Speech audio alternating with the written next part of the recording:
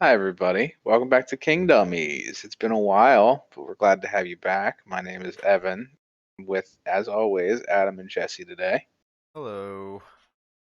Hey, hey.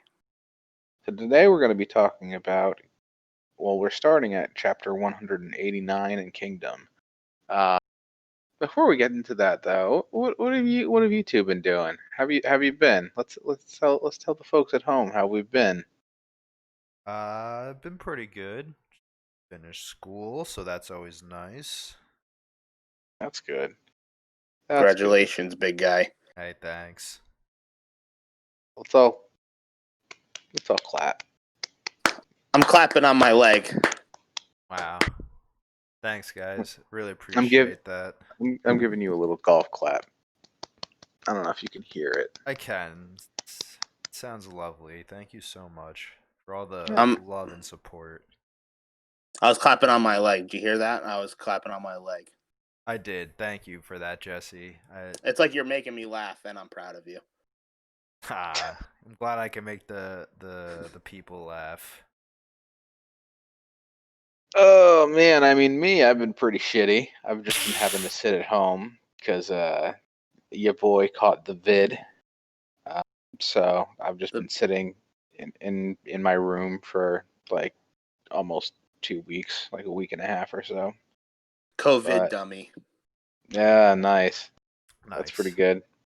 I mean, me personally, I haven't had any symptoms or anything, so that's good. That's at least there's that, but Yeah, thank still God. can't do anything. I don't want to give it to anybody, so fuck. Been boring as hell. But at least you can catch up on all that reading, right? Yeah, I guess. Uh, but yeah, I mean, I've been watching a lot of speed runs of Majora's Mask lately, so Nice. Dude, nice, nice. I've been playing some Breath of the Wild again lately, nice. actually. And only game I've ever put over 200 hours in between normal file and a master mode file. And I've got to say, man, Oh, you didn't there's put 200 hours into Final Fantasy 15? no, pretty close though. I definitely was around like 130 or something like Oh, that. okay. I feel like that was the first game that I put over 100 hours into, and then I was like, oh, I could probably do this a lot. But yeah, Breath of the Wild, man. People out there say that there's nothing to do in that game, and I played for about an hour the other night, and I was just nonstop doing things. So I don't know where that argument comes from. I don't get it. I love that game to death. Dude, that game is it's so good, man. Um, it's like honestly one of the better open world games ever made. Probably the best open world. And the I sequel is f- going to be fantastic. I feel like the people who say there's nothing to do are just like boring. You know, Yeah. you know what I mean? Like those are boring people then.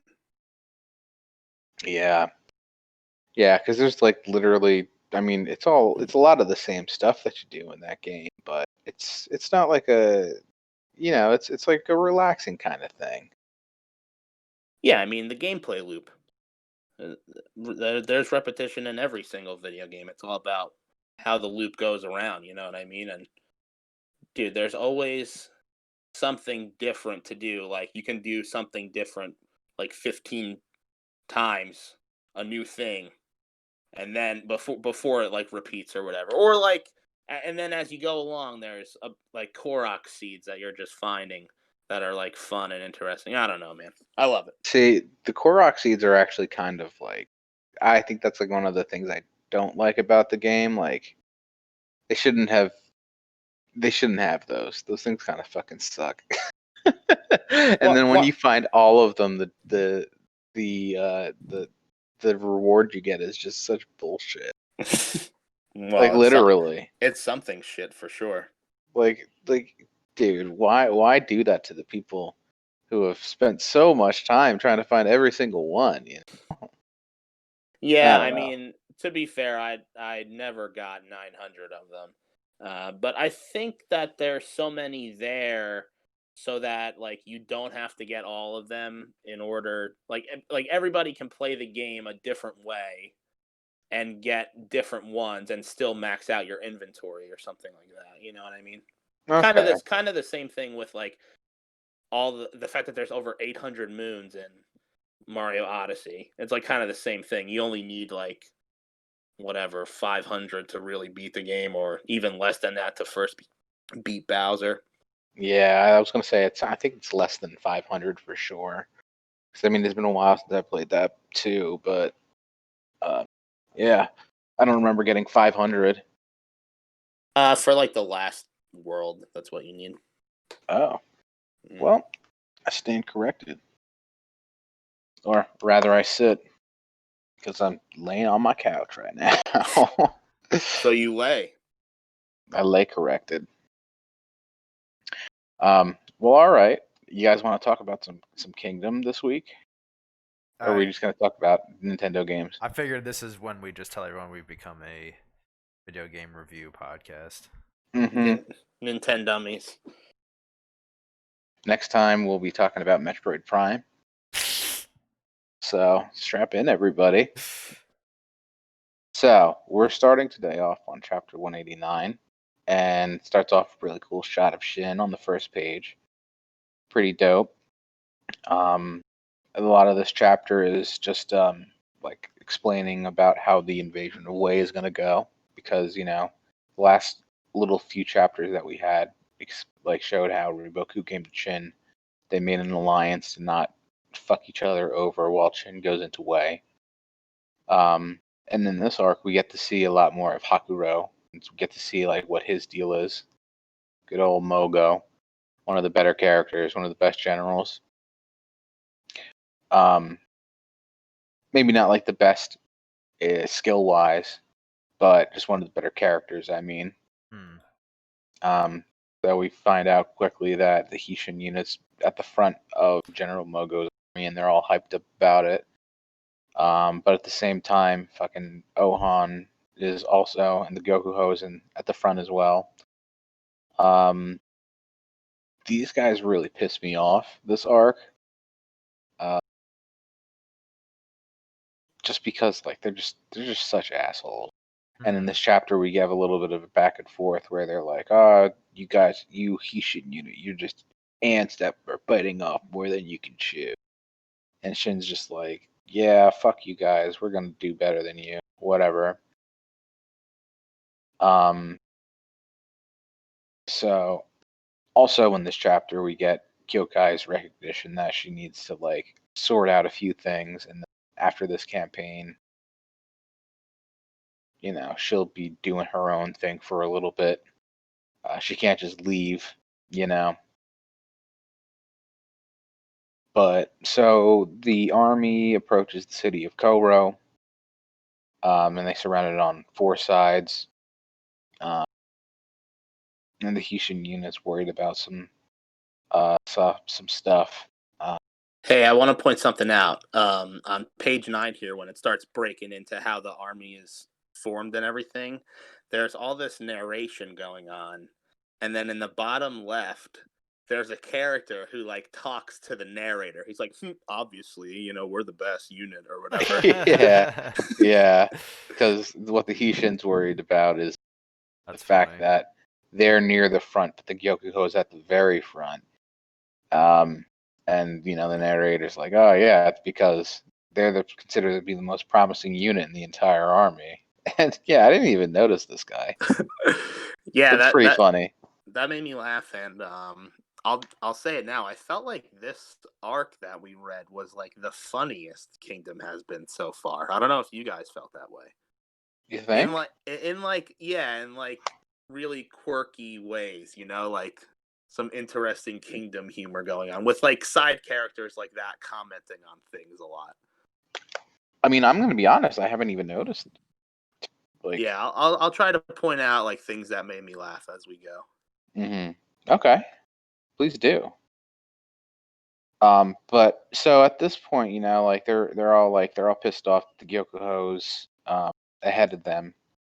But some guy pulls up and he's just like, "Yeah, relax, take it easy. There's still a while, don't worry about it. And Shin's like, who the fuck is this? And he's the leader of the Gakukai unit, who's like, supposedly there's like another 300 man, but like they're rumored to be like as strong as like 1,000 man unit. And somehow the guys in the Hishin unit all recognize the name of the unit, but Shin doesn't even heard of them before. Yeah, it's kind of weird, right? Yeah. So we get this guy's name. His name is Moten.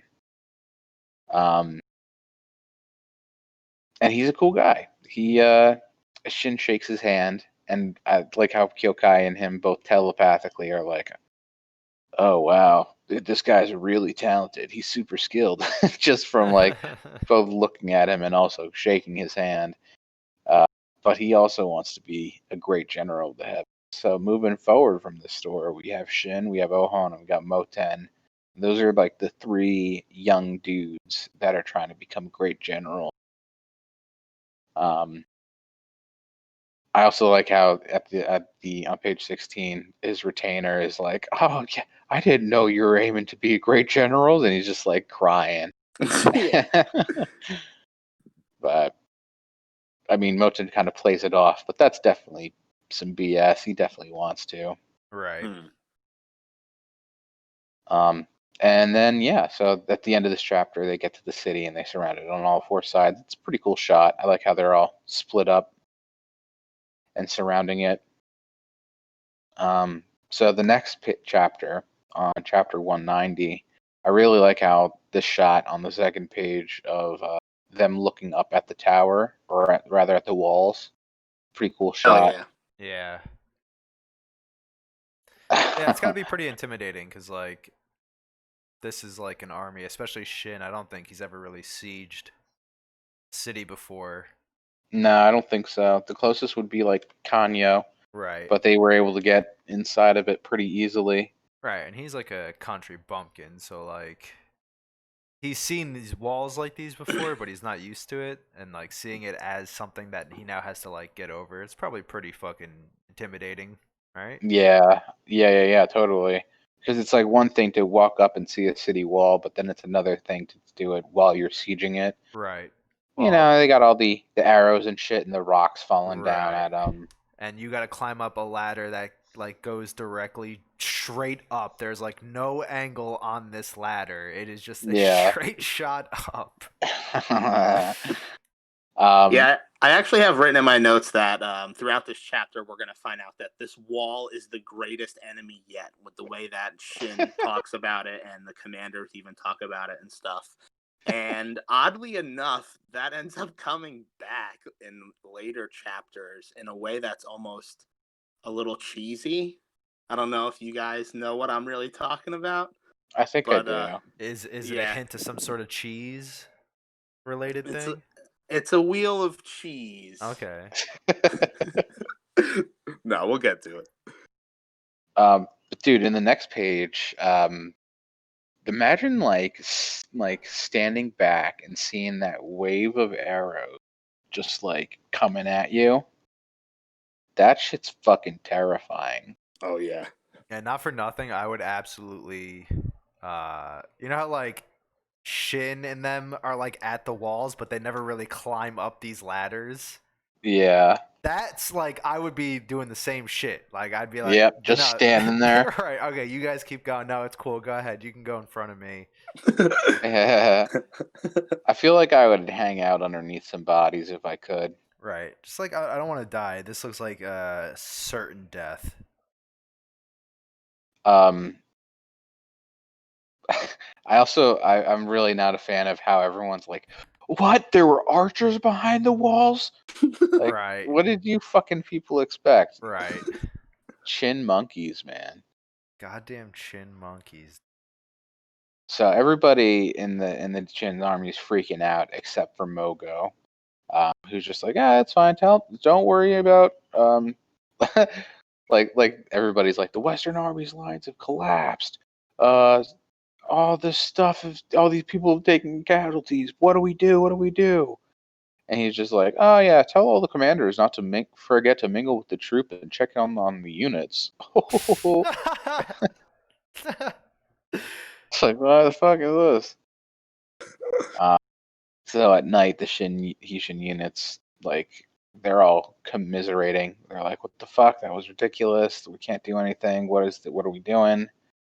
And Moten shows up and he's just like, yeah, Hakuro's not the type of dude that'll come up with any crazy plans or whatever. He's going to do this siege by the books, and he's legitimately just going to fucking sit around and wait for the city to buckle. And Moten was totally right, you know? And 10 days later, the situation is the same. Now, this shit pisses me off, right? Because the Gyokuho manages to pull up, I guess, from behind the lines well, first what they do is they bring a bunch of horses full of like just bramble and stuff to the walls and set it on fire to make a smoke screen. Through that smoke screen, they bring forward a giant siege tower, and the shot of the siege tower is pretty great. Page 15. Jesus Christ! Yeah. You know what I have written in my notes here? What's stronger than a wall? A building. That's funny. That's But pretty like, dude, like this shit would not have happened if Ohan wasn't a fucking rich prissy boy.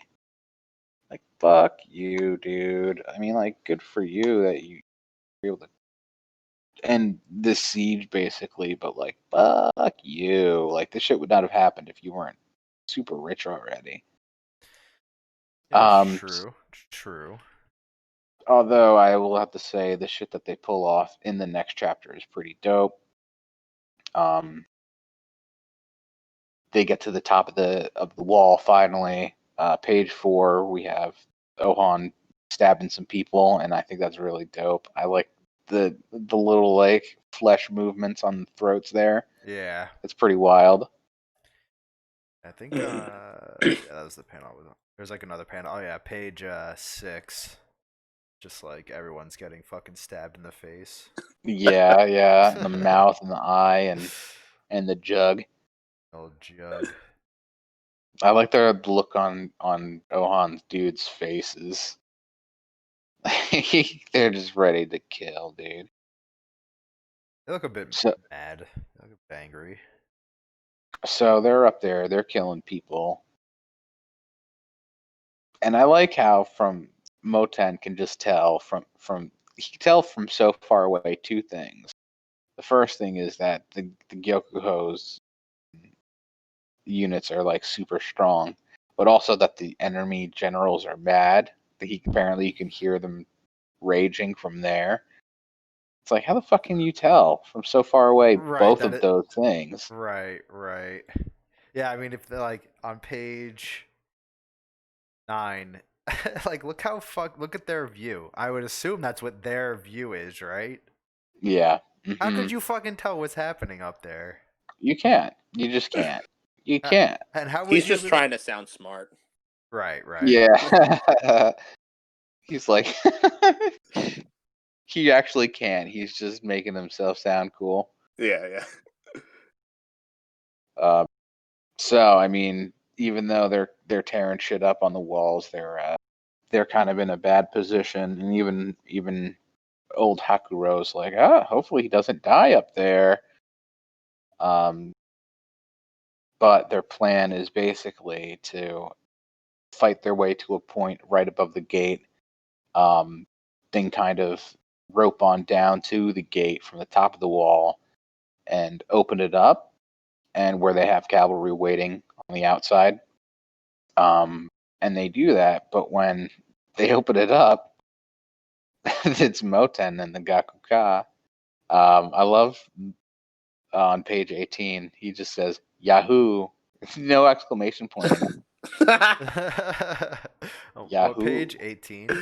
Yeah, page 18. Because he opens it up, he comes riding through. You get Ohon's like face, and then Yahoo.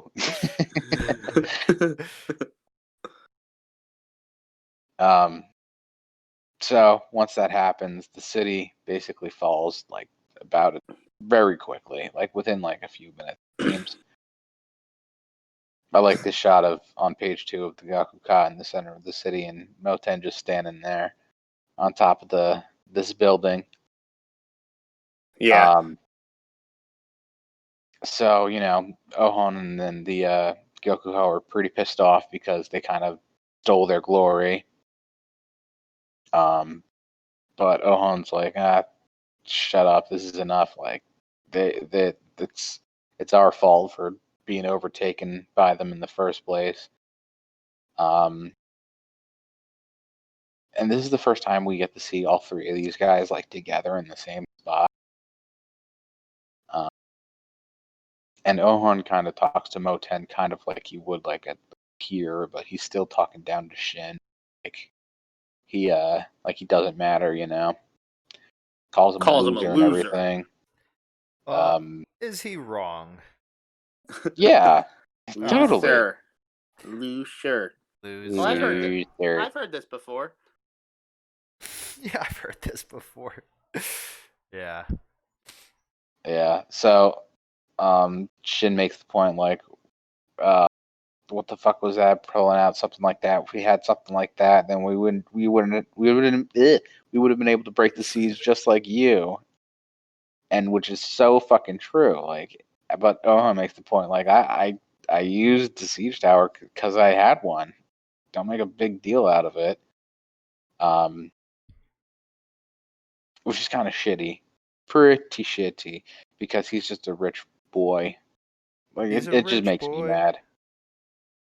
But while they're talking, they realize that the town's like getting set on fire.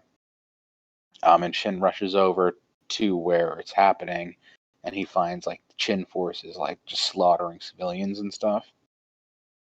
Which I'm glad they actually go through this because it's something that they don't really talk about too much in Kingdom.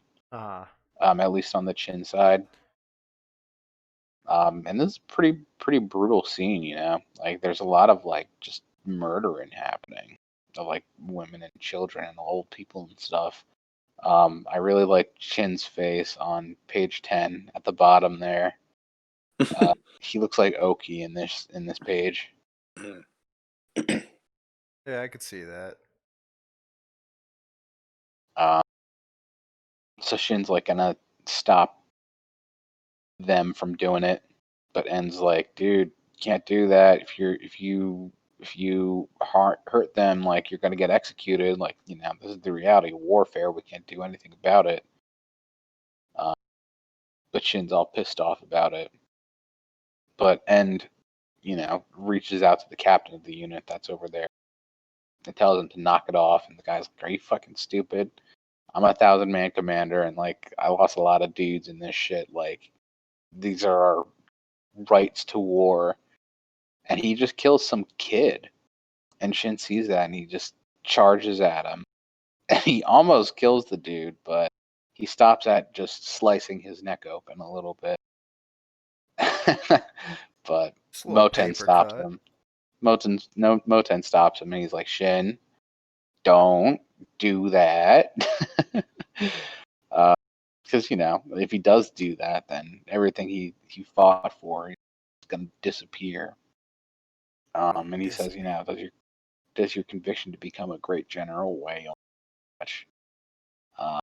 Stop Shin for a second. But this guy Rando's kind of like baiting him. But Shin eventually lowers his sword, but he tells him like, "Yeah, you guys are gonna stop." And the guy's like, "Nah, I'm not gonna stop. Are you fucking stupid? We're not gonna stop that." And he kicks him away, and he goes to stab him. It's like, are you kidding me? Like, dude, like he just backed away from you. And like this whole conversation was about we shouldn't kill our allies or else we'll all get in trouble. And then he kicks him away and he's about to fucking stab him back. Like, what the fuck?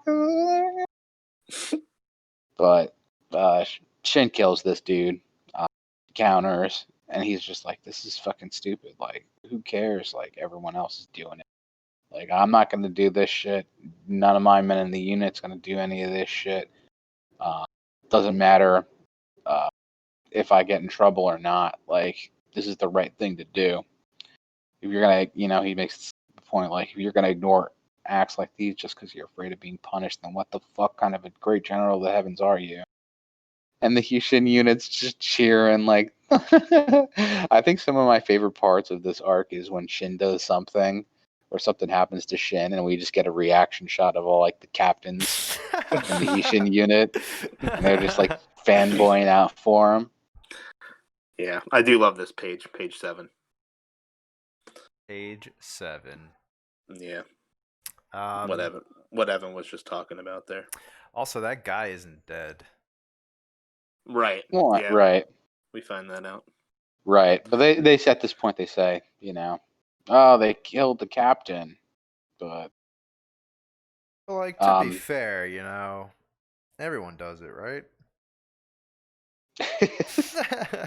That's true. But, so Shin gets like court-martialed a little bit. And like the men of the unit are like, "What the fuck? He's not gonna get in trouble. Like he cut down a 1,000-man commander." And they're like, "He's not unpunished. He's being confined for one night." And they say like, "Oh yeah, Rando struck him first," which is totally bullshit. Did not. So he was forced to retaliate and receive the lighter punishment. And these guys are going to get actually in trouble for barbarously murdering all these people for no reason. We find out, through the conversation that they have that Moten has with Ohan, that it was basically Moten pulling the strings behind the scenes to get Shin out of trouble on this, which is pretty cool. Pretty awesome. Cool thing to Thanks, do. Moten. And we get the conversation, or like, apparently Moten really likes this guy named Shin. Aww. He's straightforward. He's as straight as an arrow shot from a bow. So, and Ohan says, like, even if he has the conviction, an idiot's still an idiot. His starting point's so low that it's almost fatal to his advancement. And Moten's like, is what you're saying. But in truth, you're actually thinking, oh, he's going to become a surprisingly strong rival in the future, isn't he? And I love that moment. Because, like, every point up till now that we've seen with Ohan, he's just been a dickhead because he's just been interacting with Shin and he's just been an asshole. But he actually talks to Moten like an actual peer does. So that's nice. We actually get to see him not being a complete douchebag for 5 seconds. And on page 12, we get the iconic shot of the inner ear of Ohan, top left panel. We get a little we get a little bit of Moten's as well. He only has one ear crest. But the real iconic. The O family. Right. 3. The O family triple ear. Trippier.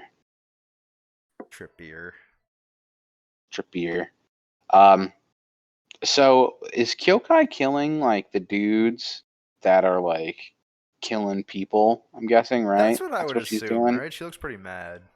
Yeah. So she saves this pair of little sisters. She finds Shin locked up, and she's like, "What are you doing here?" I'm like, it's like, hadn't you been paying attention to this whole chapter, Kyokai? Can you read? Can you fucking read, Kyokai? Can you and fucking read, Kyokai? It sounds like fucking Tommy Chong. Can you fucking read, Kyokai? I was going for that dude that makes scary videos.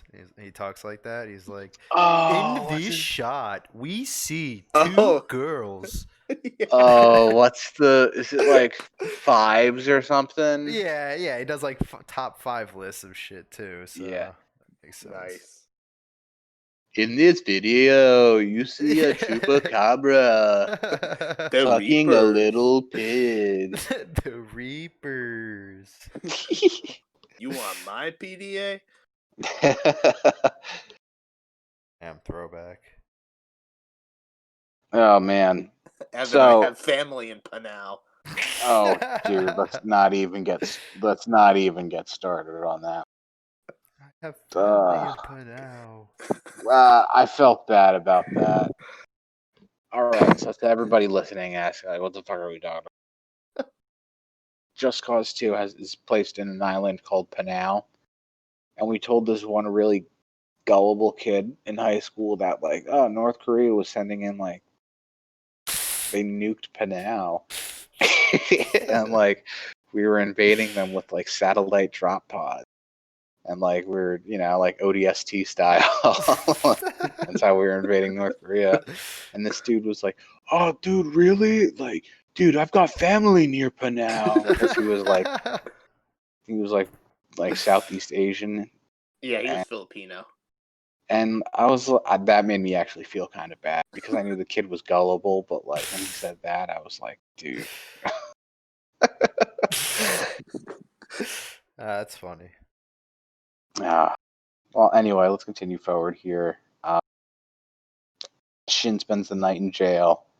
At the last part of this chapter, we see the King of Wei, and he's like talking to some unknown character. At this point, he's like, "Oh, Chin mongrels who encroach upon our lands."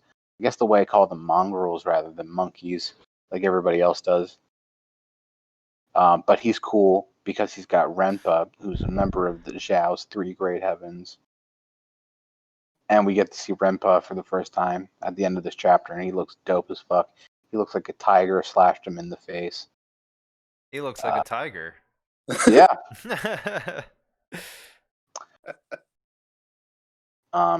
So in He's this got next that chapter, iconic Oki nose too. That scrunched ass Oki nose. yeah, the only thing he's missing is the lips, and he'd look exactly like Oki would, basically for the most part.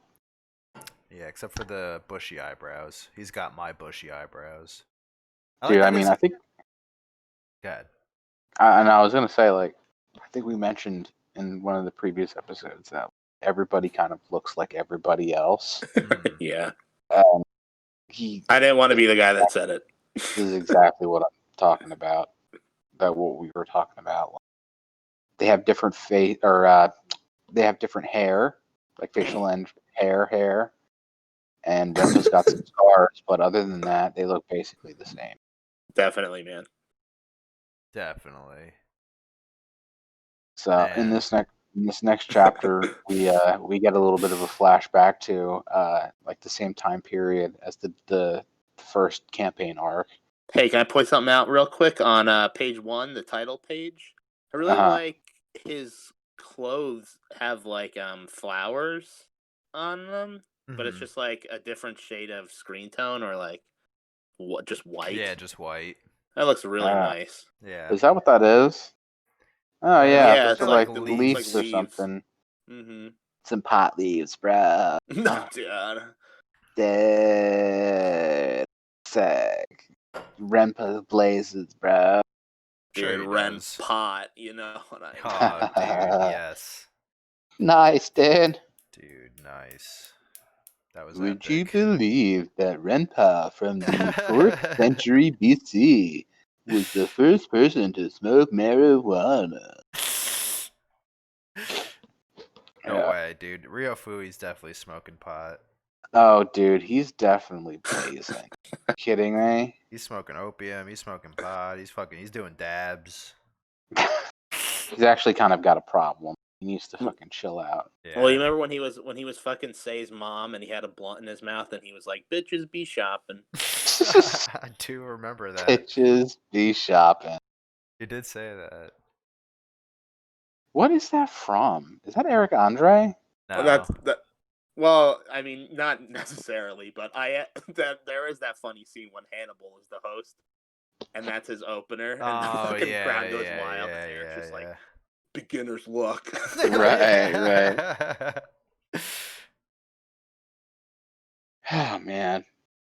So, all right. Wait, is that really what it's from though? I thought it was from something else. Yeah, well, totally not is. necessarily. It's kind of just like, I think it's kind of just like a making fun of comedian style joke. Oh no. You know what I mean? Yeah. No. Like, bitches be shopping or whatever. bitches be shopping. You know Jesse, what I I mean? honestly have no fucking clue what you're trying to get at right now. I think it's like Like a comedian style joke, I you know? think it's like a street joke or something, like just like an old like joke that's used around like everywhere. You know what I mean? I guess so. I think so. I've googled it and pretty much it's always like something about Hannibal Buress saying it. So Yeah, Hmm. and like one song. huh. How about How about the one sketch where they walk up to like just random people walking around and they have like a bunch of people pretending to be like reporters and stuff, and they'll just walk up to them and be like, excuse me, ma'am, is it true? You guys remember? You remember that, right? yeah. And then Yeah, Hannibal and shows Hannibal, up at the end. he's like their lawyer. Yeah, he's like, my client won't be taking questions at this time. Yeah, that's a great skit. Yeah, I that's a like the good one where one. they get is it Joey Coco Diaz? Is that who it is? They get this like Italian actor. I'm pretty sure his name It's is probably him. I think it's Yeah, Joey Diaz. that's a guy. Yeah. It was Joey Diaz, and they have the dude come out, and so Joey Diaz has like his own line of like salsa or like red sauce. It's probably red sauce. That makes more sense. Like, and he has like an intern come out completely nude and dip his like dick into the fucking Yeah, sauce. yeah, Oh my god. yeah. And he gets really offended, He right? gets really mad because it's his fucking sauce. Dude, that show is genius. I've Dude. I've only seen clips of the latest season, unfortunately, but I want to sit through and like watch the entire thing. Yeah, I haven't seen any of the new season except for like one opening. All right, we've got sidetracked enough. Hmm. Um, so we're on chapter 194 right now. We get a little flashback to the time period of Shin's first campaign. At the same time, the Battle of the Dakan Plains was happening. Another battle was happening. Soldiers against fellow Zhao soldiers, and that was an engagement between Renpa, who we just met, and this other guy named Gakujo. And this on page 4 is an awesome shot of Renpa. I like how he's smiling on the side here, and this guy's head is just completely mauled, flying past him. He's also slicing up 5 dudes in one shot, which is pretty cool. So Gakujo is like, oh yeah, don't panic. I know how fucking Renpo works. I've worked with him for 20 years. So on page 6, we get, the backstory of like the new king of Zhao has come to the throne, and he's pretty much a scumbag. And Renpa's always kind of like told him to get his shit together. But he never listened, so that made him hate Renpa. So because of this, as soon as like he ascended to the throne, he stripped Renpa of his rank, which is really ridiculous. In one of the first instances we get to see of this Zhao King being a fucking degenerate. And it was rejected by Renpa, so he sent this 50,000 strong army by Gakujo to basically, bring him back to the capital. So they fight, even though Renpa is completely outnumbered. He makes it to Gakujo's base camp, who then surrenders. I'm really big fan on page 8 and 9, where they're like, "Oh yeah, we killed Grandpa! Like we did it, guys!" And then literally next page, he's sliced off all of his commanding officers' heads, and it's like right behind him. Yeah, and even like the next panel on page 10, Mm-hmm. it goes to fucking slice his neck. Stop showing. Yeah, Pretty cool. yeah, which is nice of him to do. Gives him the chance to yield. I would have yielded. Yeah, I would have too. Look at this fucking guy. He's literally a tiger. Tony the Tiger. I don't want to fight against a cereal mascot. What would you Specific. do if Tony the Tiger walked up to you with a glaive and threatened to cut your head off? The worst thing that could happen would be if Chester Cheetah and Tony the Tiger ever joined forces. Then we would all be dead. The apocalypse would be upon us.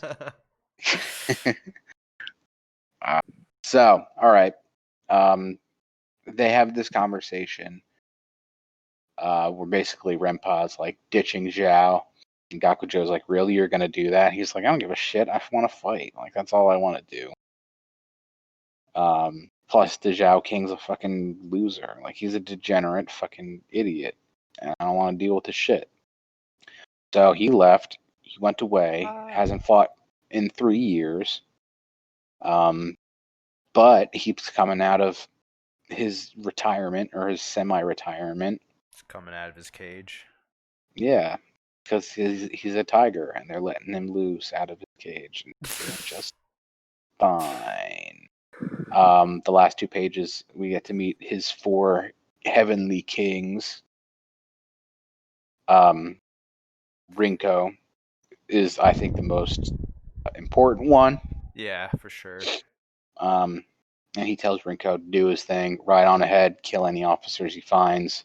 And he's like, oh, yeah, you can hand over your 3,000 soldiers, so take them. He's like, no, I'm okay. I'll just need 300 dudes, which is pretty fucking crazy if you think about it, because, I mean, he's going straight into the enemy lines with just 300 dudes. Yeah, how does he do it? How does Stealth. he do it? Stealthily. Well, they never really explain it. He kind of just shows up, kills a bunch of people, and then leaves. Yeah, he just does it. The next chapter goes back to the Chin perspective, or the Chin side, where they're sieging the city of Kinrikan, where the Gyokuho's using their siege tower again, but and the lieutenant of the Gyokuho is like, don't go climbing other people's siege towers like that. What do you expect to happen? So they're climbing the Gyokuho's, and Shin's like, this tower belongs to everybody. This is actually the first instance of communism in history. Wow. 464 BC. Yeah. Proletariat Shin over here. Yeah. He seizes the means of climbing these walls. So they need to get credit for something in this campaign. So they just storm up the tower, take the walls. The chief. And he's like, nice. He's like, he yells down to people like, come on, fucking come up here, you idiots. Don't just stand there and watch. But they get told not to do that because like the tower can only hold so many. Excuse me, my goodness. Can only hold so many people. Wow. And so the Hishin unit quickly gets boxed in. But the Hishin unit monster trio of Shutetsu, Ryusen, and Denyu breaks up all this heavy infantry.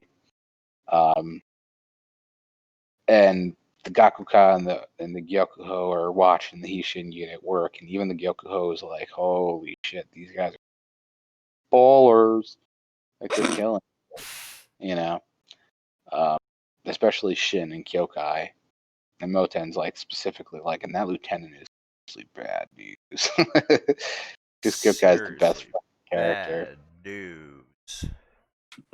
In this on page 5, does Kyokai kill how many people here? 1, 2, 3, 4, 5, 6, 7, 8, 9, 10, 11 dudes in one shot. Pretty impressive. I think that's a new record for Kyokai. Pretty impressive. So the Hishin unit's gonna do the same exact shit as the Gyokuho did, and they basically stole their plan. Moten finds it really fucking funny. So, but instead they kind of fuck it up because Shin like jumps way too early and just comes like to the outside, and somehow Ryusen just drops the ball, or rather drops the rope. Yeah, it's burning the fuck out of his hands. Yeah, Which is funny because I thought of that when the Ohon unit did that, and but it's funny seeing them fail here because it's like they are way less prepared than the other unit was. You know what I mean? yeah, And he's like way not less in front of prepared. the gate at all. Not and, even close. And yeah, Ryusen, that's Ryusen, right? Right. Yeah, Him dropping Shin made me LOL, Evan. You know what I mean? yeah, like literally laugh out loud. Literally laugh out loud, brother. So Shin's caught like a rat in a trap, but luckily, the Southern Army comes and is broken through already. And then they save his butt. This 1,000-man unit led by this guy named Kakubi, who's apparently the big name of the army, and he's finally made his appearance. So later that night, the Shin and the Hishin unit celebrating and everything. And like they're saying, like even though it was basically dumb luck, they still like were able to kill some famous Way Commanders unit that they killed. So they got some prestige for that. But as they're celebrating, some ominous-looking fella pops up, and it's Kakubi himself, who basically saved Shin's life before. And he's like, "Oh, I heard you were a servant, weren't you?" And he's like, "Yeah, ever since I heard about that, there's something I wanted to tell you." And Shin's like, what is it? What the fuck is it? Let's hear it, you bitch." But Kakubi's like, "Yeah, me too. I was once a servant, and I got adopted, and now I'm in the soldier caste." And he's like, basically telling Shin, like, it's impressive what you're doing. Like, you're so young, but you're like a 300-man commander. Just generally being a good guy. He commends him for cutting down Rando, for killing all those fucking dudes or civilians, you know. And he's basically encouraging Shin to just keep doing what he's doing. And he's like, "Yeah, Shin, we're not going to lose to those in the noble caste, right? Just keep moving forward." He's like, "I'll see you guys later." And he walks off. And, you know, Bihei somehow heard from Moten. he converses with Moten, I guess, a lot. That 1,000-man commander Kakubi is like the man closest to becoming a general out of all the young military officers, because he's that much of a bad. And he's already part of General Mogo's inner circle. And at the bottom of the page, he's walking away, and he gets, "A moment, please, 1,000-man commander Kakubi." Somebody gets his attention, and he just gets his head sliced off. Jesse, what was your reaction to this? I mean, Adam, you knew this was going to happen, of course. But what did you expect this to happen? Hell nah. In fact, this happening actually made me go back and write some more notes than I originally wrote for this chapter. I wrote, Kakubi, 1,000-man leader. He was also a war orphan. Had a hard childhood. Rooting for Shin. Very nice guy. Everyone likes him. Yeah, he dies. Yeah. Just like Really, Piao. really fucking sad, man. You literally He was a cool guy. You literally described Piao to the T. Yeah. Yeah, you did. Piao. Piao. Pio. No, Piao. Yeah, it's Piao. Piao. Yo. Pio. But this shot of Rinko slashing his head off, like at first it looks like maybe he just cut his throat, but on the bottom right you can see his head fell off. Rinko's got this look on his face. He's got that like perpetual grin, kind of like Shosa a little bit. So moving forward, we have the Hishin unit strength competition. Denyu obviously beats Seki. Ryusen obviously beats Kyogai. Denyu beats Chutetsu. But because Denyu beat Chutetsu, he was able to he lost to Ryusen because he was tired from his match. I like Ryusen's fucking face on the last page here. Like, look at his face. He looks so evil. What, it's like up on his forehead, like SpongeBob catching Squidward. Yeah, His yeah, face- Krabby yeah. Patties. His face and neck looks like a cock.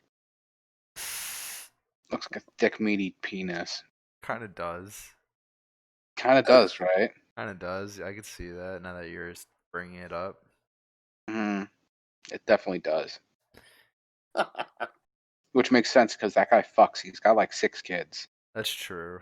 I was wondering, was this a callback when he beats him and he says, "I'm now, I'm 10 times as strong as you"? Isn't there, like, when we first meet this guy, he's like, "I'm not 2 times as strong as you. I'm 3 times as strong as you," or whatever. Yeah. Right.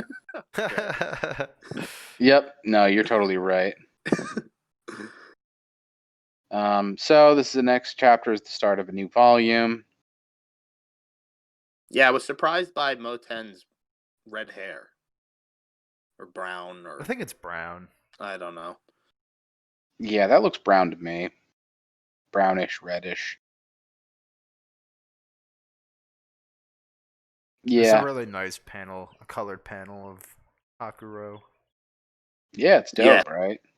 Old white beard. I didn't expect his armor to be like pure white like this, you know? Yeah, I like it. I actually like it with the blue. Looks really nice. Yeah. I was picturing it as kind of like a bronzish color. So I also really like the shot of Rinko on page 7, with his dual sword standing there like that. Yeah. You know, he reminds me of actually the Happy Mask Salesman from Majora's Mask. Yeah, I could see You know what I'm talking that. about? I could see that. That perpetual grin on his face. Yeah. So yeah, this chapter starts off. They realize Kakubi's dead. So and they know that there's an assassin somewhere, but it's not just Kakubi that's been killed. Like there's a bunch of other 1,000 men assassinated. Page 10 is a really awesome page because it starts off with this guy's getting his face slashed off. And you get to see Rinko actually open his. Oh no, actually, the reflection in his eyes that it's Rinko. But I like how he's as cool as a cucumber. He's reading the list. He's like, next is, oh, was that Bakoku? You know, like, it's pretty funny. But basically, one of the dudes with Rinko's like, we got to get the fuck out of here. It's starting to get stirred up, and Rinko's like, all right, just 1 or 2 more guys, and then Getting dicey in here. so even though they closed the gates and everything, they still managed to get out of there. But Moten's talking to General Reagan. yeah, General Ragen. General Reagan. General Reagan. This guy is actually a super important character. Oh yeah, as we're all about to find out. So they're talking and they're like, "Oh yeah, isn't it weird that this shit's happening? Like, doesn't it kind of seem like some way, guys, like setting up for a battlefield up ahead?" And Reagan's like, "I'm General Reagan. Trickle down economics. You're right. California." I don't even know where I'm going with that. So yeah, they obviously make the connection. Like all these 1,000-man commanders are gonna be lost and hard to replace. We can't lose to a general like we can't afford to lose Reagan as well. So like when they're moving forward, the security is like really strict. And it's like, oh, it's impossible for assassins to actually go through and kill a bunch of dudes, right? Wrong. With security like this. Fucking Wrong. wrong. fucking wrong is right. Get another shot back in the Wei capital, and Renpa's kind of, talking to the Wei King, but he's also kind of giving him some lip. Like he's being a little bit of a douchebag to the king, because the king rightfully is like, huh, he went out there with only 300 dudes. Like, what's up with that? And he's just like, huh, you fucking think? Could it be that you're claiming that my Renpa's flying spear is too frail? And it's like, dude, you're speaking to yourself in the third person, man. Stop being such a douchebag. And we get a little bit of more of his backstory, where Renpa fought against the Chin Six, and like the most particularly one that he enjoyed fighting against was Oki. Because he says he likes to get naked and throw his body at him. Right. Says it right here. To take his head felt like you're throwing your naked body against that metal barrier. I took that as I like to strip naked and throw my body at Oki. I like to get bare naked and hang out with a bunch of dudes. I like to get bare ass naked and ride my horse without a saddle.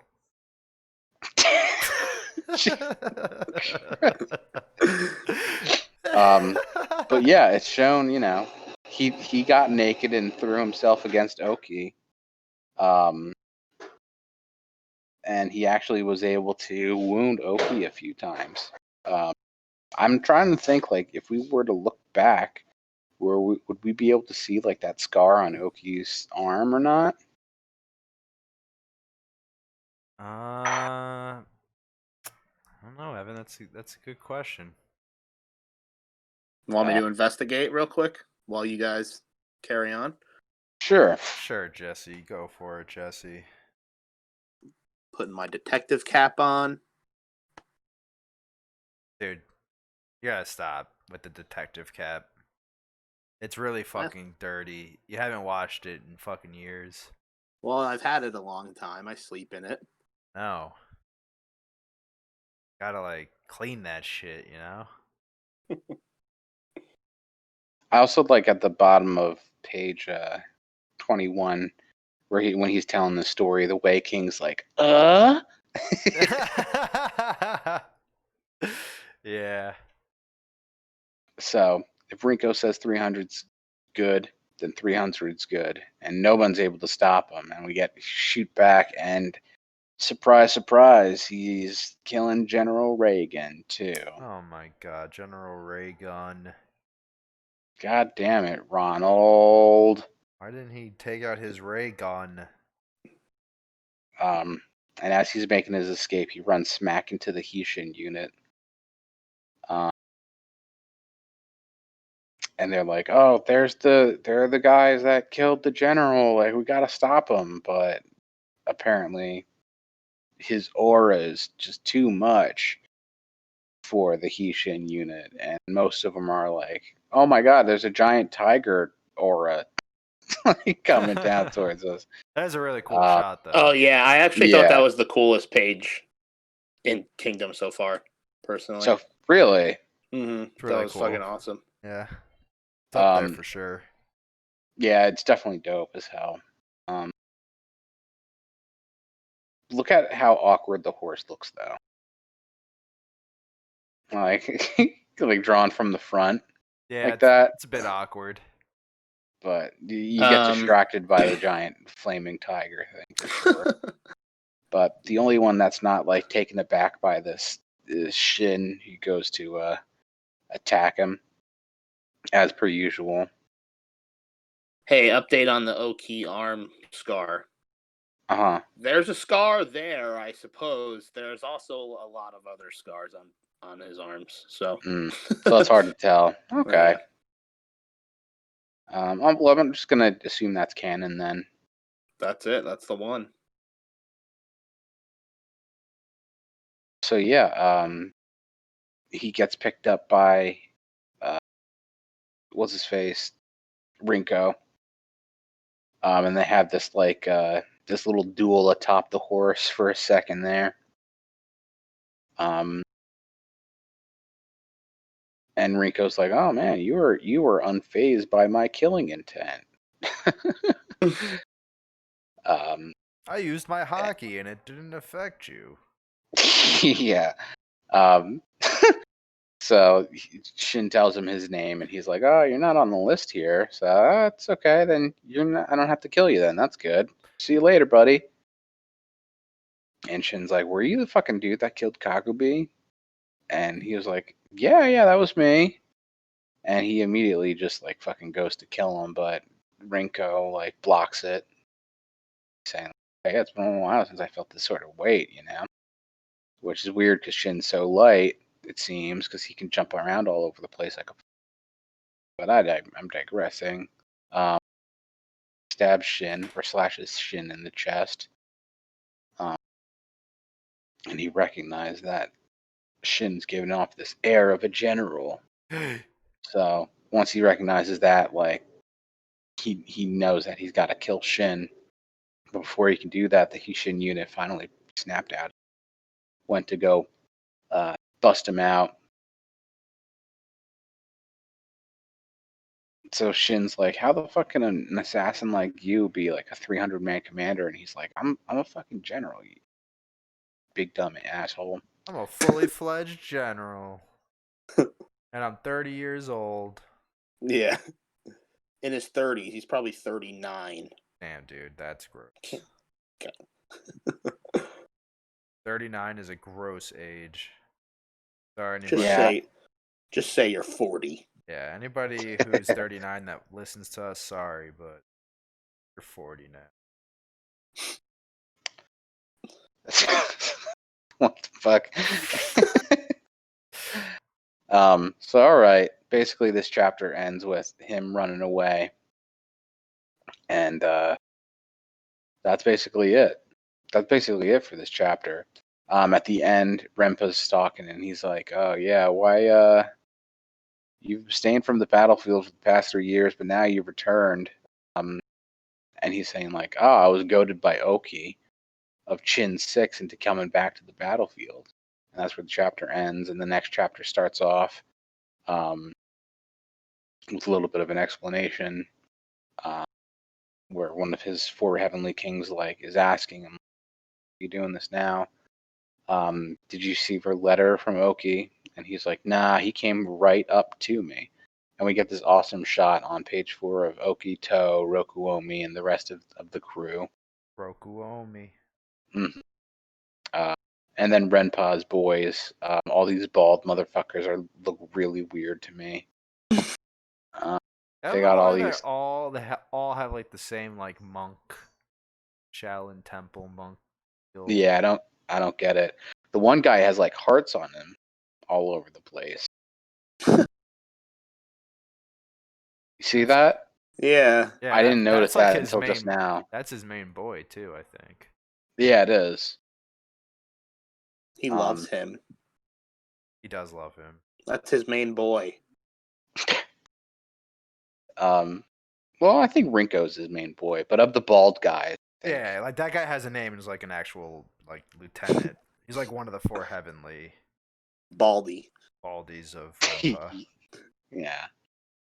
So he goes up to Oki and he's like, "Time and time again, you've always made my body go numb just by seeing you." I Which is can't a wait to little throw my homoerotic. naked body at you. Let me throw my naked body at your steel wall, buddy. And Oki is like, "Yeah, it's pretty bullshit." He recognizes like, "Yeah, it's pretty bullshit that what happened with you and Zhao. It's pretty regrettable." And they basically they drink for 10 days and 10 nights together. And it's revealed like this is where he was going when he showed up at the Battle of Dakan Plains, where he showed up between the battle between Gokei and Dukyo. Which is pretty cool because it's not something you really think about, because they were saying like, "Oh yeah, we're taking a little walk."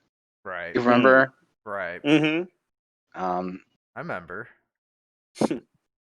I It's also remember. revealed that Renpa cries when he's drunk. Mm-hmm. Which makes sense. Not really, but I'm also a drunk crier personally. I've done it a few times. I do it all the time. I just drink and then I cry and then I go to sleep. I wake up and do it all again. So, these fucking guys that are part of the Way Court are like, they're like, is it incomprehensible that two commanders capable of moving hundreds of thousands of soldiers would sit in the same room and share a drink? And they're like, no, even though it totally is. And Rempa mentions like, he got really sad when Hakuki killed himself, and when Kyo was slain by some nameless dude, he was really fucking pissed off. Mm. But basically, what happened was, according to Oki, two vice generals serving under Mogo are both crazy, ridiculously powerful. And Rinko shows up to one of their camps, and he's like, looks at it, and he's just like, nope. He just nopes. It looks like it's full of a bunch of openings, but it's definitely bait. Q Mad Max. That's bait. It is definitely Osen's camp, right? No, this is Kanki's camp. Oh. Is this? Yeah. Kanki? Mm-hmm. You sure? Yeah, because he shows up in the next page. What? What? I'm looking at page 13. Now I'm looking at page 14. What are you saying? You mean the 15. next page? Yeah, dude. Say it right then. God damn it. Vice But General Kanki. yeah, this is the first time we see him too. He's a pretty important character. Yeah, He's alright. he's young yet endowed. So that means he's got a pretty thick penis. That's what that does mean, though, right? Endowed, well endowed, Well yes. endowed means like. Yeah, when someone says you're well endowed, that generally means Oh, you're got a packing, right? you're packing some serious C and B's in there. Nice. And somehow, I'm guessing they imply too on the next page that Kanki recognized that they were there the whole time. because they're like, "What's the matter, General?" And he's like, "It's nothing."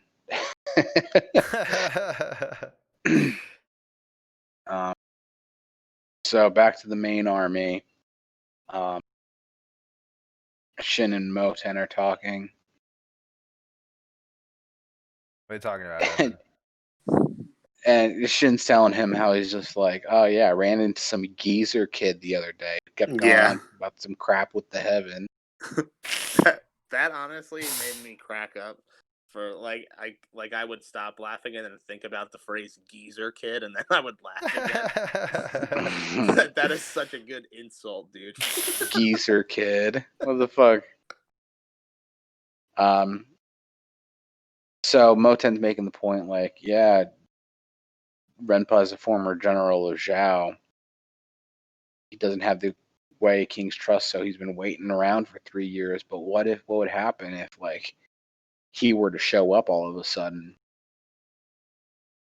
as part of this battle, and some off-screen characters are like, as usual, your intuition is the only part of you that's matured. And it turns out to be Mobu. Mobu. This is the first time we've seen him in a while. You said that so sweetly, Adam. This is the first time we've seen this character.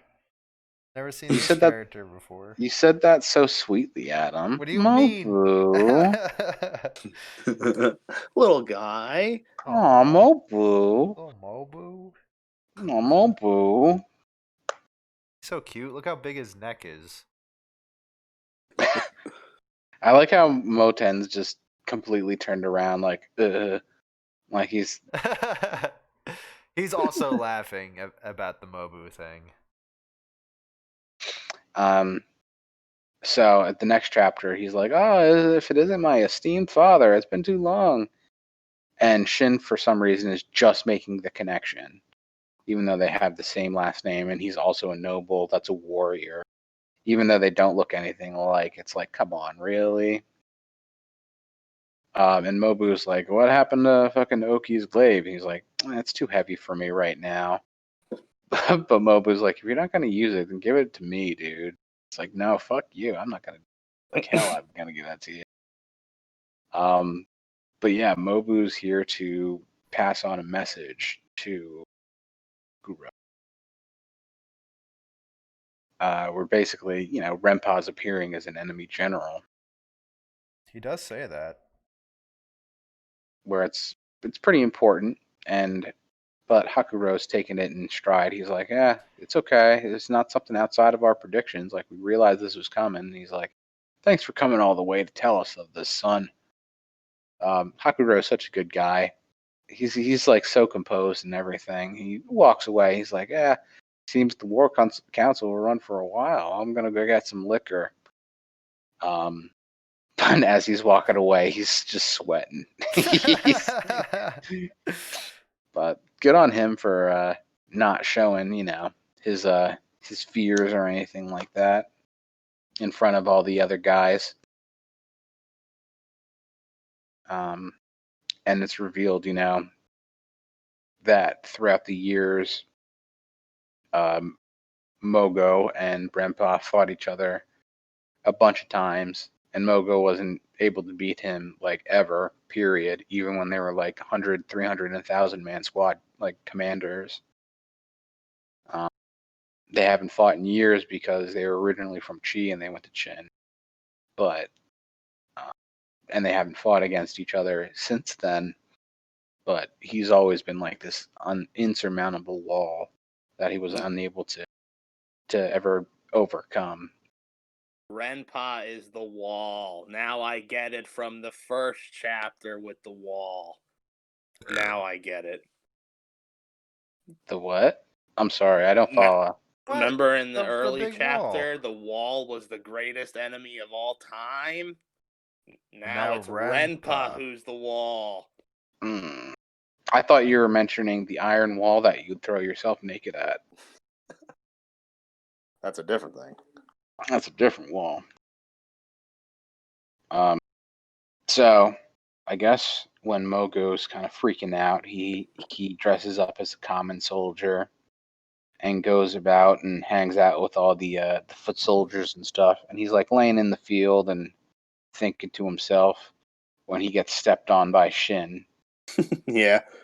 Which is such a ridiculous fucking moment. Another LLOL moment for me. They actually ripped this off of Undercover Boss.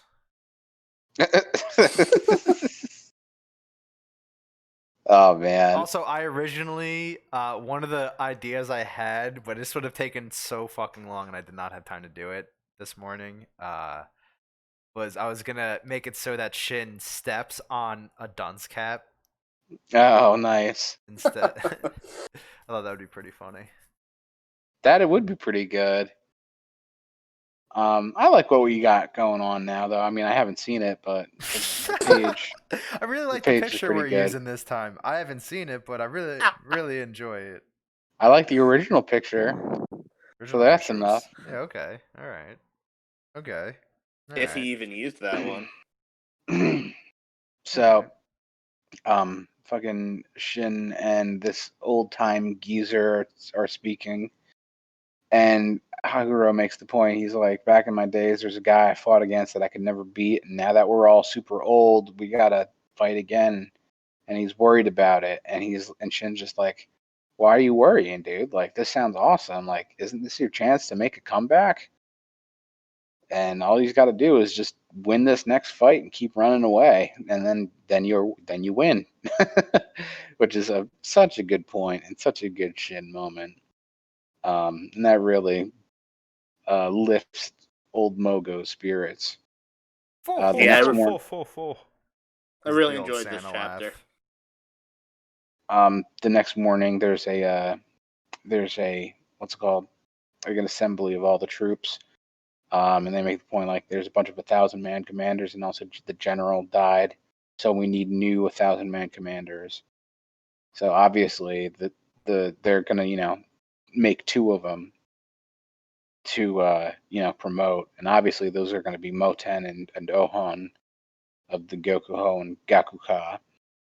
Yeah, I kind of saw that coming, right? Yeah, it's pretty obvious that was going to happen. And Shin's all pissed off about that. Like, he's all sad about it for obvious reasons.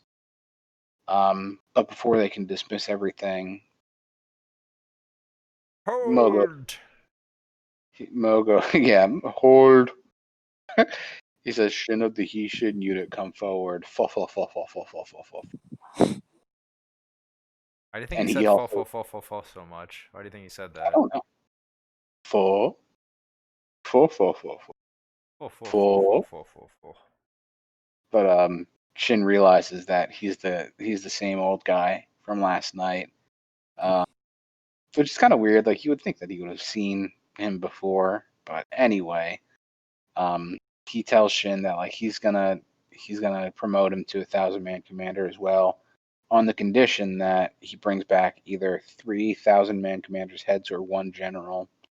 And if he's not, then he's gonna get demoted 3 ranks and start over from a 5-man unit. And Shin obviously takes the challenge. Like, of course he's gonna take the challenge. Like, Right. of course he is. Which, yeah, on page 15, it's another one of those moments where he's cheering and crying for Shin, which I Yeah, love. that's right after that Shin says that he's gonna take the head of Renpa. Hmm. Think he's gonna do it, Jesse? I think he's gonna do it. No, I don't know. Is it too obvious? I don't know. I think they could do it. I feel like there's They some could- obvious shit after all of that. Yeah, a little bit. Like after all the events that had happened, and then they're like, all right, if you want to stay a 1,000-man commander, you either got to kill 3 1,000-man commanders or a general. And I'm just like, well, this is like, I feel like it was pretty obvious what's going to happen. I won't say it because Jesse doesn't know, but I feel like when I first read it, I was like, all right, well, kind of know who's gonna die now. Adam, feed your cat. It's not. He's not crying for food. He's crying for attention. I get it.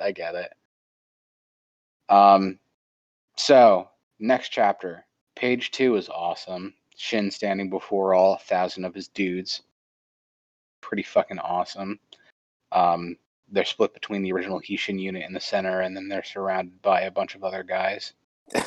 Yeah, dude, I want to try to explain this. You know how you can like clearly picture out like the original unit, like Mhm. they're like a lighter color. Yeah. You know how like in a cartoon, like a bookshelf will be like all one color book or whatever, but then the one that they take out is like a little bit of a different color.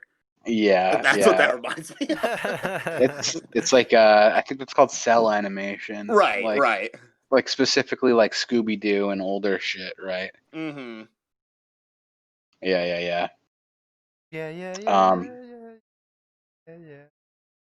So the fellas that have joined the He-Shin unit, the 700 to bolster the He-Shin unit, are the ex-members of the Kakubu, which includes a lot of horsemen. And this lieutenant, what's his name again? So sweet. So sweet. So sweet. Yeah, right. He's saying like, oh yeah, we Kakubi always talked about you guys in high regards, you know.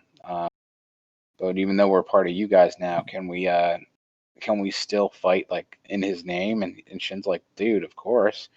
And he has this rousing speech where really gets them all pumped up and proclaims his target's going to be Renpa. And is this Kyokai covering her ears in the bottom right of I page think so. 7? Yeah. Yeah. Okay, that's what I thought. Do you blame her? It's probably really loud. Yeah, I mean it's 1,000 dudes going. "Ugh." Go. Hola! Page 9, we get Shin going, "Yo, 1,000-man commander Moten," which is like they do this to each other all the time. Like like throughout the series, they'll like greet each other with "Yo, your current rank, Moten" or whatever. And I think this is the first instance of that. Yeah, these couple pages were cracking me up. Yeah, they were funny. Yeah. So Shin gets a horse, which is cool. Kakubi's horse. Yeah, Kakubi's horse. And Which then is cool. Ohan shows up.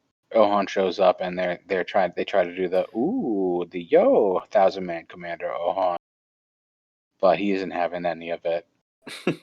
I feel like right here is like where we really start to see Ohan like become more cool and less of just like being a dick.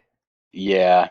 Because like, I mean, I feel like it's more because Muten's there. I feel like he wouldn't just like maybe ride up to Shin, but like, you know, mingling at the very least, kind of being a dick, Yeah. but he's mingling. He's coming around, kind of. Right. And he actually makes the point to Shin where it's like 1,000-man unit's an entity that can affect the battlefield as a whole. And he's being a bit of an uptight, but and Shin asks Moten like, why is he always serious like that? And Moten explains like he's basically in the shadow of his exceedingly capable dad. And it shoots over to the siege of a city called Sanbi, and we get to see Heki, Commander fucking Heki boy, who's also a 1,000-man commander. Now the same rank as Shin. Kind of embarrassing, Heki. What are you doing? A little bit. But he's thinking like, how the fuck we didn't even have to fight. He's like, Mogo's army's taken 3 cities. Kanki's army's taken 5 cities. But this army's just taken 8 full fucking cities. And he's like, what, 2 months? And he's wondering like, why is this man not famous at all? They're like, who is this Vice General Osen? And we get to see him for the first time on page 15. And on page 16, he takes his helmet off and reveals the rat that controls him by his hair.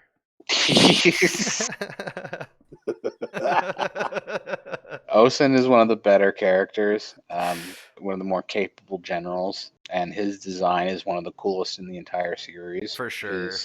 His armor is dope as fuck. Yeah, I would like legitimately like to just get him tattooed on me with his fucking awesome armor. I agree, honestly. I could see that as being a really cool piece. Yeah. Got really cool headpiece, and even his chest armor is fucking badass. So moving forward, they conquered 16 cities in total, and we get to see Riboku in this chapter. I like how Kaine is looking at him all blushy and shit. And he's like, this isn't good. Like, they're actually fucking doing it. I'm just like, duh, dude. Like, you knew this was going to happen. Like, the entire point of having the alliance with them was so that this shit would happen. But I guess he didn't realize, that they would actually be able to do it. But he makes the point that, like, they're not going to be able to completely go through with everything because they've got Renpai. And he makes the point that even he won't be able to beat Renpa, which is like pretty crazy because he killed Oki. So I guess that means that Renpa was just more powerful than Oki was. I don't know. It probably at least equals. Yeah, that's what they're implying, Yeah, Oki's pretty ridiculous, but Renpa was also a 3 great heavens, so yeah, definitely stood shoulder to shoulder, eye to eye, scrunch nose to scrunch nose. So the next chapter starts off where Renpa arrives at the battle, but he didn't deploy his forces where he wanted to because Osen already deployed his forces where he wanted to. On page 3, we get them staring at each other across thousands, or rather, hundreds of miles, I guess. Another example of people just generals being able to tell exactly where other generals are. I like this part on page 5 with Chutetsu trying to hold up the map for them. Oh yeah, while riding backwards on the horse. Yeah. Yeah, That's that's so funny. hilarious.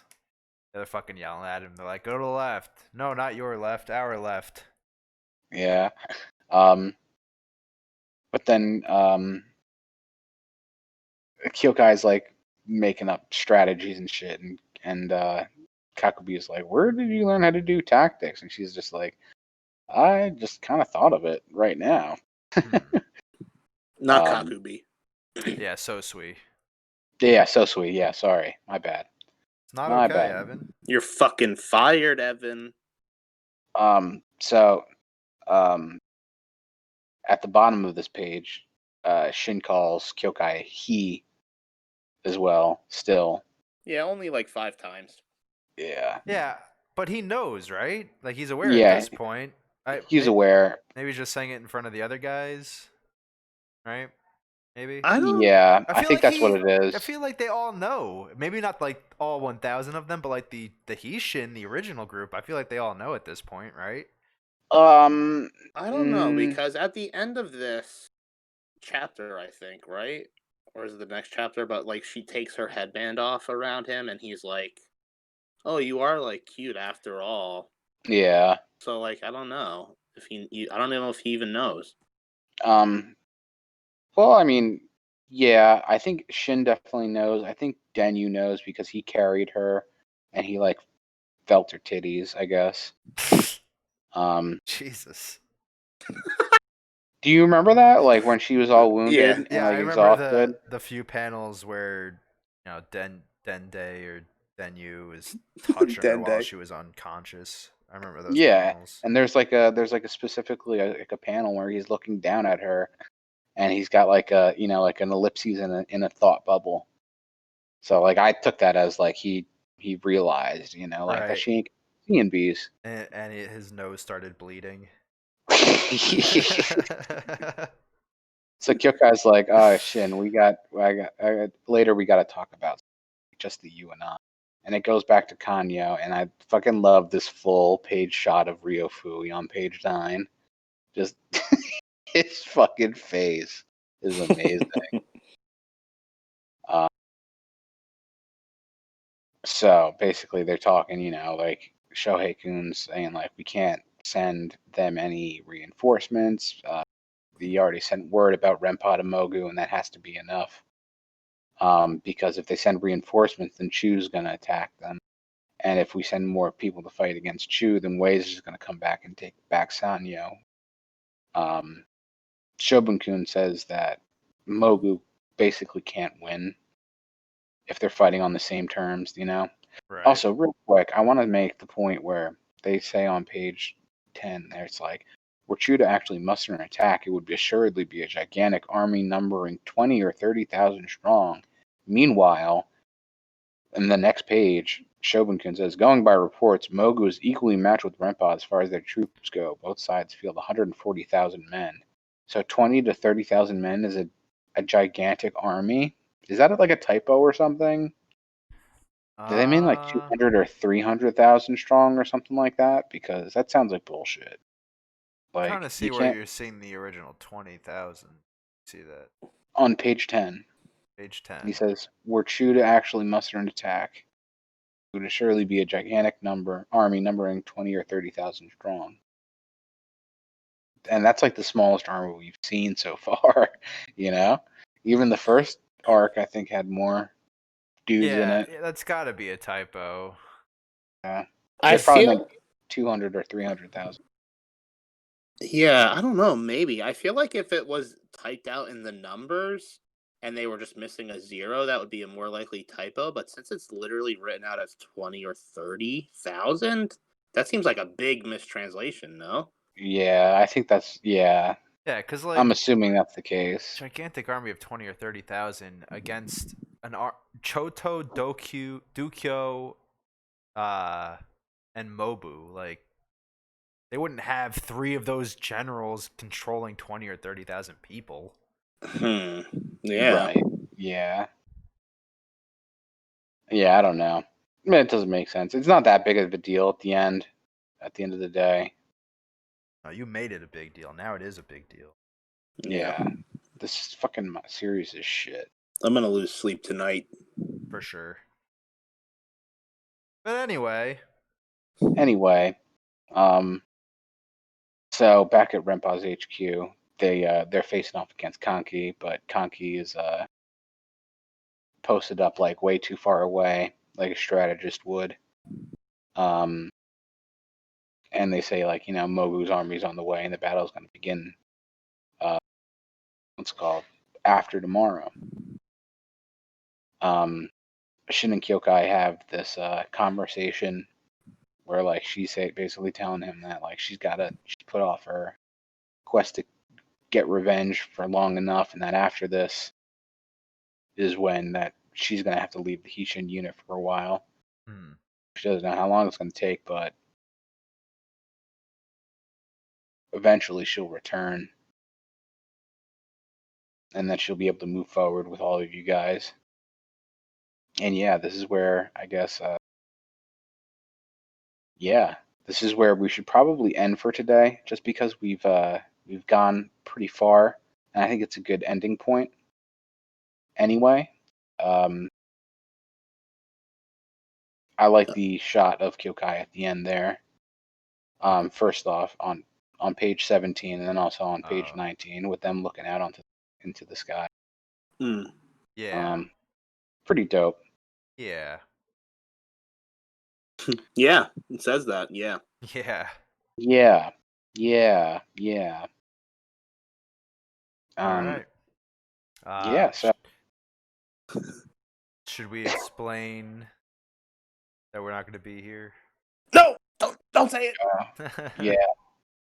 Yeah. With the holidays and everything coming around, and we're all going to be pretty busy, so we might have to be taking a little bit of a break between our series. But hopefully we can get something in. I would like to, but if we can't, we can't. I'm not holding out too much hope for it. Well, I think the big thing, not even just the holidays, just that Adam is gonna not be at his house. So yeah, that's the big thing. I'll be home for the holidays.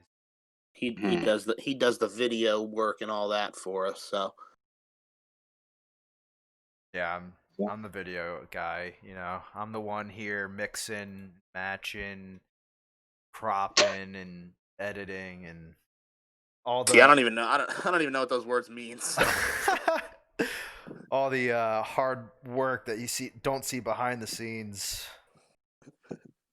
and also the ones that you do see in front of the scenes. It's literally the only thing I do. I just change the scene.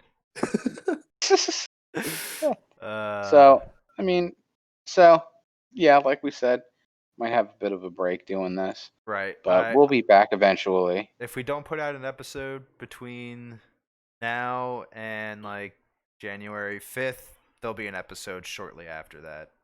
For sure. Because I wanna get one done as soon as possible. I'm sure after we have our break, I'll be itching to do one, so. Right. But we'll be coming back with Dragon Ball, I think, right, Jesse? Yep. Yeah. And then we'll be going to Dunce Piece and then back to KINGDUMMIES. Mm-hmm. All right. Well, all right, everybody. On that note, thanks for listening. Hope you have a great one. As always, this has been KINGDUMMIES. Thank you for listening, everybody, and have a good one, and happy holidays. Happy holidays. Stay safe. Thank you.